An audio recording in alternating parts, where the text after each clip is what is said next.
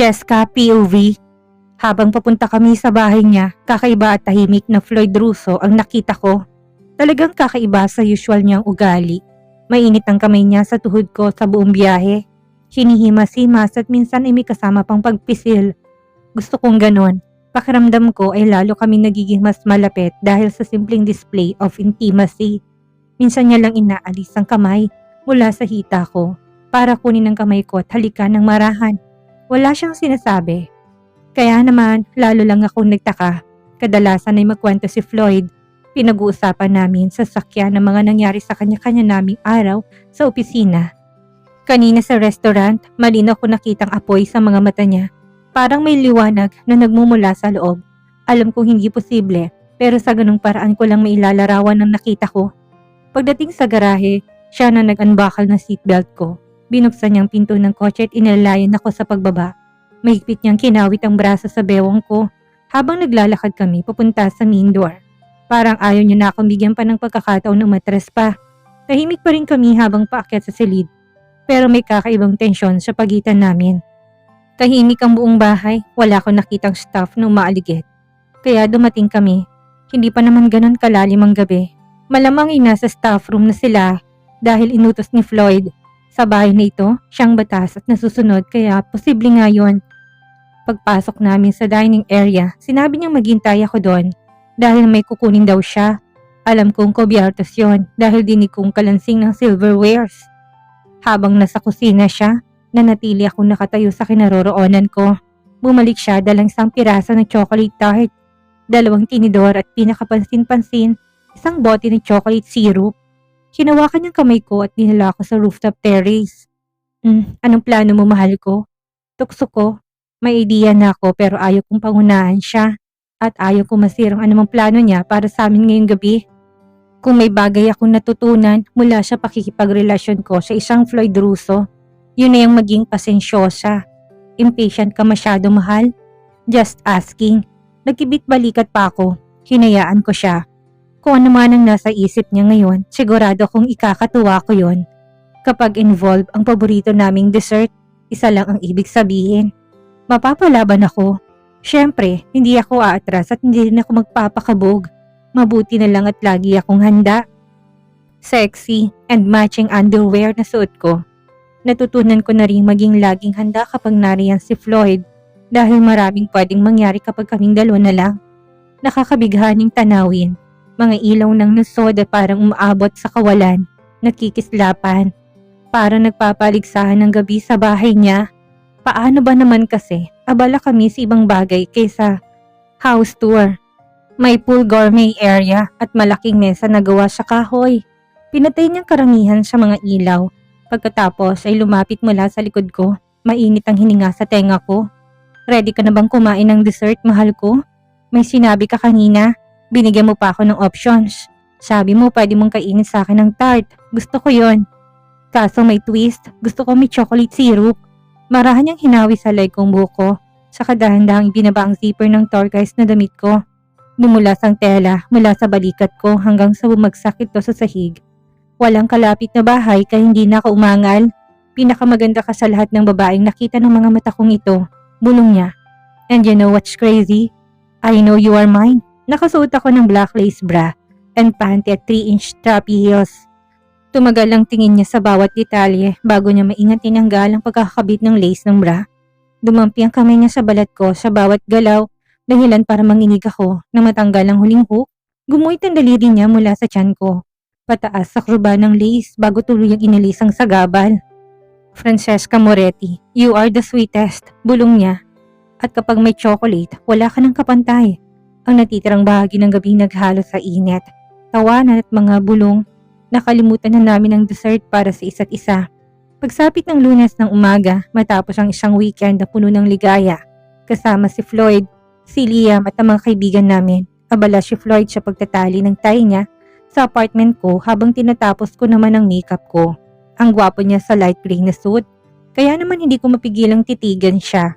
Napansin niyang pansamantala kong pagtigil sa pagkokolorete. Ano yun? Bakit ganyan ka makatingin sa akin?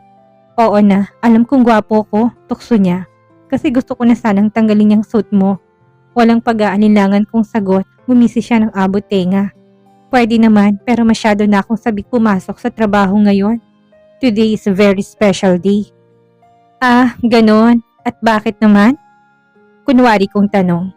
Kasi magsisimula ngayon ang bago kong assistant sa trabaho niya at ang ganda niya. Sabi niya na may mapanuksong kislap sa mata. Sinakyan ko ang biro niya. Balak mo ba siyang ligawan habang office hours, Mr. Russo? Walang duda, she's my assistant at walang babaeng makakatanggi sa charm at kapugian ko. Give me a day. The next thing you knew, nasa kandungan ko na siya. Mukhang magiging interesting ang araw mo.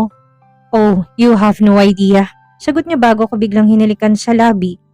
Floyd, today's special day. Seryoso ako nang bitawan kong mga katagang yon, mas maaga ako kaysa dati. Pinarada kong kotse ko sa company lot. Ramdam ko ang kaba at pananabik sa buong sistema ko. Nag-close na ako ng sangkatutak ni deals sa iba't ibang kliyente. Pero ibang kaba at excitement ko ngayong araw. Buong biyahe tahimik lang ako, kahit ilang beses akong sinulyapan ni Francesca na para bang nagtatanong ko anong iniisip ko. Alam kong naninibago siya dahil lagi ako madaldal. Gusto kong nag-uusap kami habang bumabiyahe.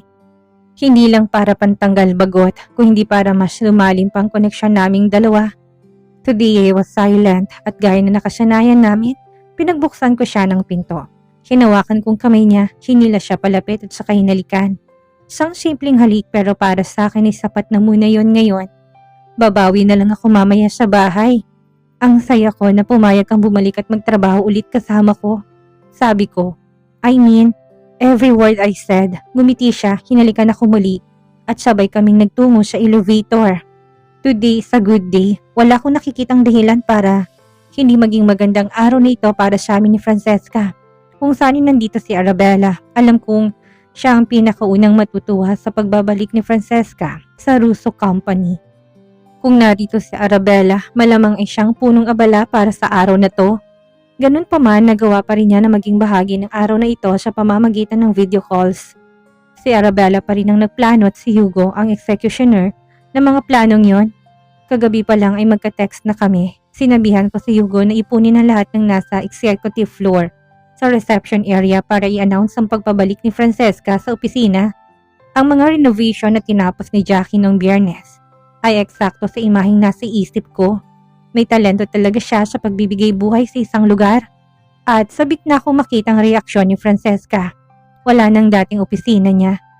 Hindi kayang tingnan, wala ni isang bagay ang magbibigay sa kanya ng dahilan para alalahanin ang naging sakit na idinulot ng opisinang yon sa kanya dati. Ramdam kong lamig at panginginig ng kamay ni Francesca habang umaakyat ang elevator. Nang bumukas ang pinto, marahan ko siyang pinisil bilang pag-aliw. Matagal-tagal din siyang nawala at pakiramdam niya ay unang araw niya ulit sa opisinang yon.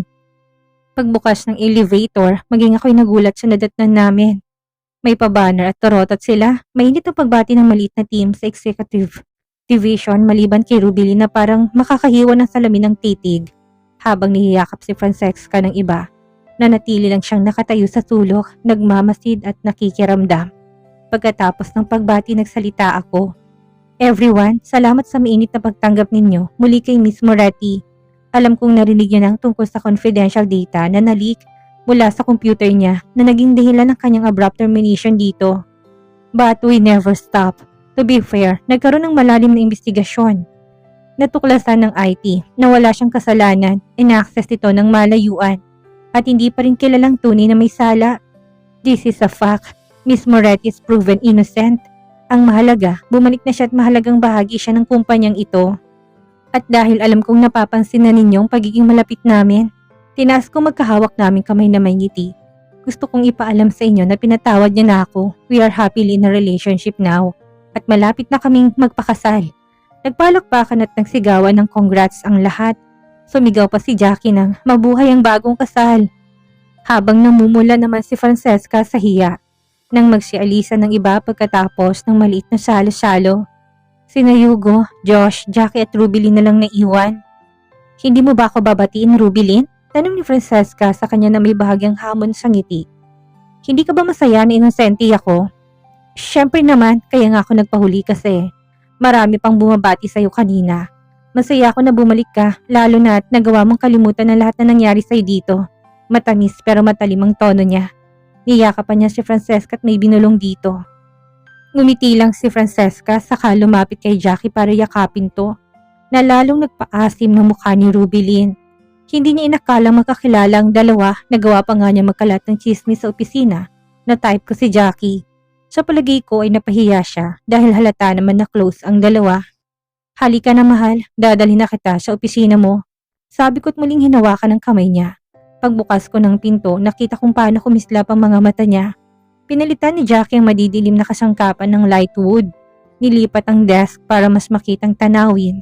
Mula sa bintanay naglagay ng malambot na throw pillows at modernong upuan at low table na may bouquet na iba't ibang kulay ng tulips. Maliwanag, professional at maginhawa katulad niya. I hope you like it. Okay ba? Bulong ko sa tenga niya. Are you kidding me? I love it. Sabi niya kaagad at lumapit sa mga bulaklak. Binasa niyang card kung saan ipinaliwanag kung kahulugan ng bawat kulay ng tulips. Pag-ibig, kapayapaan, pagpapatawad, katapatan, kasaganaan at nagtapos sa pangakong hindi ko nauulitin ang pagkakamali ko. At mamahalin ko siya habang buhay. Kumikinang ang mga mata niya nang lumapit siya, tinalikan ako ng mariin. Pumalakpak pang mga kaibigan namin sa likuran habang pinapahid kong luha sa pisngi niya. Tara, may papakita pa ako sa'yo, sabi ko sabay hila sa kanya papasok. Sa opisina ko naman, mas lalo siyang ngumiti. Floyd, anong ginawa mo? Ayaw mo ba ng alaala ng nangyari noon? At sabi ni Jackie gusto mo ring palitan ng luma kong sofa, kaya pinarenovate ko na rin ang opisina natin. Natatawa niyang tinignan ng bagong ayos sa office space ko. Mas maliwanag, bagong kasangkapan, may mga painting at halaman. Buhay, dahil yun daw ang gusto ni Francesca, sabi ni Jackie. Tumalon siya sa mga braso ko, pinulupot ang mga kamay sa bewang ko, tinalikan ako ng walang alinlangan. Wala kang idea kung gaano ko natutuksong subukan ang bagong sofa ngayon din. Biro ko sa mababang tinig. Natawa din siya pero bago pa lumalim ang sandalit bago pa mapunta sa kung saan ang usapan namin, tumunog ang phone ko, lumabas ang pangalan ni Hugo sa screen. Sabay kaming natawa at sabay ding umangal. Perfect timing, Hugo, as always. Nakangiti pa rin ako nang sinagot ito. Talaga ba, Hugo? Ang galing talaga ng timing mo, no? Tugon ko na may halong biro. Floyd's POV. Mula sa kabilang linya, marinang tono ni Hugo. Pasensya na bro, pero kailangan kita. Ngayon na. This is not a drill. Sige, I'm on my way. Pinatay ko ng phone ko dahil wala naman akong magagawa. Mula pagkabatay, kilala ko na si Hugo kaya alam ko kung kailan seryoso siya at kung kailan hindi. Napabuntong hininga ako. Inalikan ko si Francesca na mabilis at nangihinayang sa pagkakataong mabinyagan. Ang sofa saka bumulong. Sana sulit to. Tatamaan talaga sa akin ng unggoy na yon kapag hindi. Halika na, i-check na natin siya. Bumaba siya mula sa kandungan ko at lumabas kami sa opisina ng sabay. Pagbukas ko pa lang ng pinto, dinig ko na kagad ang mga boses na tila nagkakagulo. Malayo pa lang ikitang-kita na namin ni Francesca mga empleyado namin sa executive floor na nagkukumpul-kumpol. Hindi ito normal na tanawin, lalo na sa oras ng trabaho. Sa palagay ko'y masyadong interesante ang pinapanood nila kaya hindi nila namalayan nandun na ako. Out of my instinct, hinigpitan kong hawak sa kamay ni Francesca. Hindi ko alam pero ramdam ko na may gulong nangyayari at hindi ito pabor sa amin. Ano nangyayari dito? Sigaw ko. Parang isang taong gumalaw ang mga empleyadong naroon pagkatapos ay gumilit sila para bigyan ako ng daan. At doon ko nakita, nakapatong si Rubilin kay Jackie na parang isang mabangis na pusa. Nasa akto pa siya ng pananabunot, sampal ng sampal at nagsisigaw. Pilit namang umiiwas si Jackie habang gumaganti ng pabalik. Dalawang lalaki empleyadong sumubok na paghiwalayin sila, pero wala silang magawang nakakapit ang mga binti ni Rubilin sa katawan ni Jackie. Na para bang nakasakay siya sa isang ligalig na baka sa isang rodeo. Isang catfight sa isang opisina. Imposible. Imposible pero nangyayari na nga. Hugo, Josh, alisin niyo siya kay Jackie. Utos ko. Ang iba tumawag ng security. Dali, sa wakas matapos ang ilang hilang mabigat at pagpupumiglas na paghiwalay din sila. Tinulungan ni Francesca at Hugo si Jackie na maupo sa upuan habang si Rubilin ay nakatayo sa gilid. Magulong buhok at hingal na hingal. Kung nakakamatay ang tingin, malamang inilabasan ng building si Jackie sa loob ng isang body bag. Ha? Kabago-bago mo pa lang dito pero akala mo ikaw na may-ari ng lugar. Singhal ni Rubilin habang inaayos ang nasirang buhok. Kung respeto ang gusto mo, baka pwede mo simulan ng magandang asal. Balik ni Jackie na malamigang boses. Respect is earned, Rubilin. Sana alam mo yan. Total matagal ka na dito. Dumating ang security na siyang nagsilbing harang sa pagitan nila. Mas mainam ng ganun dahil hindi ko na gustong magkaroon pa ng round 2. Sa tanang buhay ko sa sarili kong kumpanya, ito ang unang beses na nangyari to. She's trying to steal my job, sigaw ni Rubilin. At ikaw naman parang nag-audition ka sa reality show, balik ni Jackie. Ang fake mo. Floyd, sinisiraan niya ako. Sabi niya pa, tatanggalin mo ko. Agad namang nagdrama si Rubilin. May kasamang luha pa. Tell her na hindi yan mangyayari dahil matagal na ako sa kumpanya niyo. Isa ako sa mga pinagkakatiwalaan ng pamilya niyo. Sige, sabihin mo yan sa kanya. Enough, tumahimik nga kayong dalawa. Madiin kong sabi. Pero, sabat ni Rubilin. Tama na sabi. May nakakita ba kung ano talagang nangyari dito? Tanong ko sa paligid. Magsalita na kayo dahil hindi tayo matatapos dito. Lumapit si Josh.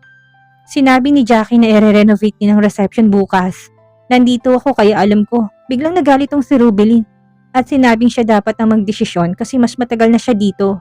Hindi raw dapat kaming makialam. Tumango si Ate Joyce na kanina pa nakikinig sa sulok. Totoo yan, nandito rin ako kanina kasi naglilinis ako. At saka, aminin na natin mula pa noon, binubuli na ni Rubilin si Jackie. Palibhasa na mimihasa dahil bago si Jackie dito. Dalawang testigo na pumapanik kay Jackie. Tinignan ko si Jackie.